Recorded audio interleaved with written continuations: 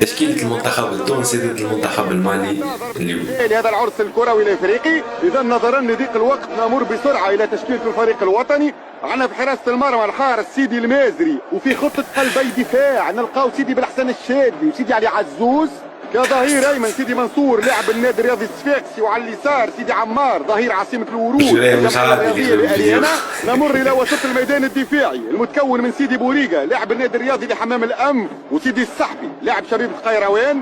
وفي الهجوم المجنسين الخطيرين اللاعب سانت اوغستان واللاعب سان لوي التاسع العائد من اصابه على مستوى الكاحل الايسر. يتوسطهما لاعب النادي الافريقي سيدي عبد السلام اللي بالطبيعه نلقاو قدامه هداف الترجي الرياضي التونسي سيدي محرز المتمركز في قلب هجوم.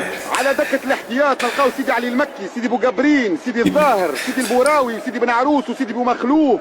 هذا الكل بقيادة الطاقم الفني المتكون من المدرب التونسي سيدي الزكري. نذكر جماهير الكرة التونسية انه في صورة لا قدر الله قبول هدف في الشوط الاول رانا باش ندخلوا رسميا في سيدي اذا كما تشوفوا ضباب كثيف ينزل على ارضيه الميدان بعد تشعيل اكثر من 2000 كانون، بعد ما تمكنت الجامعه من التمتع باحتياطي الشق والداد واللبان الذكر وام البويه للتقرب من هؤلاء، وذلك لاحباط مفعول على راس الفودو حتى يتسنى للمنتخب الاخذ بزمام الامور والعبور بسلام للدور القادم من هذه التظاهره الرياضيه.